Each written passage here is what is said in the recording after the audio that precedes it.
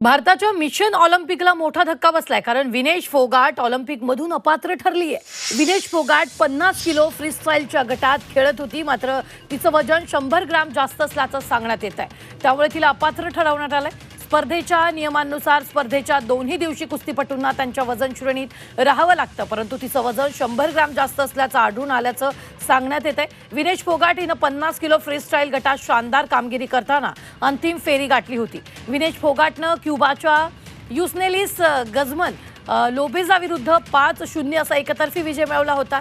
तर विनेश फोगाट ऑलिम्पिक कुस्तीमध्ये अंतिम फेरी गाठणारी पहिली भारतीय महिला कुस्तीपटू ठरली होती, मात्र अंतिम सामन्याआधीच तिला अपात्र ठरवण्यात आलंय।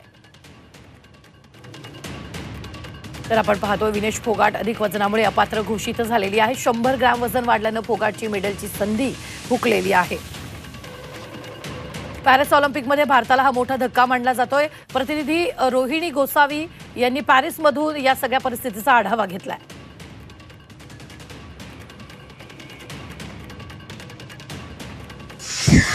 भारतीय क्रीडाप्रेमींसाठी अतिशय उत्साहाची असलेली पॅरिसमधली सकाळ ही निराशाजनक झालेली आहे, कारण भारताचं ज्या खेळाडूकडे सगळ्या भारतीयांचं सगळ्या क्रीडाप्रेमींचं लक्ष होतं, ज्या मेडलकडे लक्ष होतं, ती विनेश फोगाट ही अंतिम फेरीतून बाद झालेली आहे। ऐन वेळेला तिचं वजन वाढल्यामुळे तिला या फेरीतून बाद करण्यात आलेलं आहे आणि त्यामुळे भारताचं एक गोल्ड मेडलचं स्वप्न भंगलेलं आहे।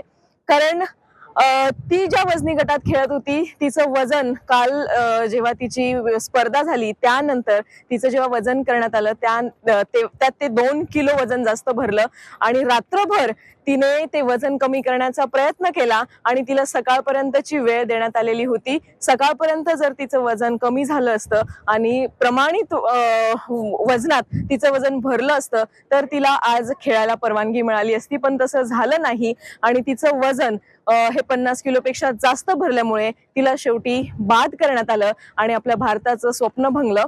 पण काल रात्री तिने जे प्रयत्न केले त्या प्रयत्नांनंतर आज तिला हॉस्पिटलमध्ये दाखल करण्यात आलंय, कारण ती डिहायड्रेट झालेली आहे आणि त्यामुळे तिला उपचारांची गरज आहे। तिच्यावर सध्या उपचार सुरू आहेत। तिची प्रकृती आता बरी आहे, पण आता सध्या ती हॉस्पिटलमध्ये आहे आणि तिने ज्या वजनी गटामध्ये फायनल मध्ये प्रवेश केलेला होता, खरं तर तो तिचा मूळ वजनी गट नव्हता आणि तिने या आधीही वेगवेगळ्या वजनी गटांमध्ये खेळलेली होती आणि मेडल्सही जिंकलेले होते।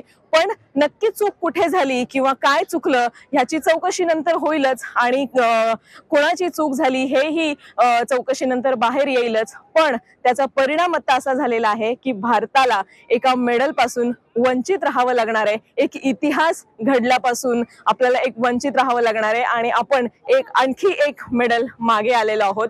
पण असं जरी असलं तरीही विनेश फोगाटने जी फाईट दिलेली आहे ती कायम आपल्या भारतीयांच्या स्मरणात राहणारी आहे।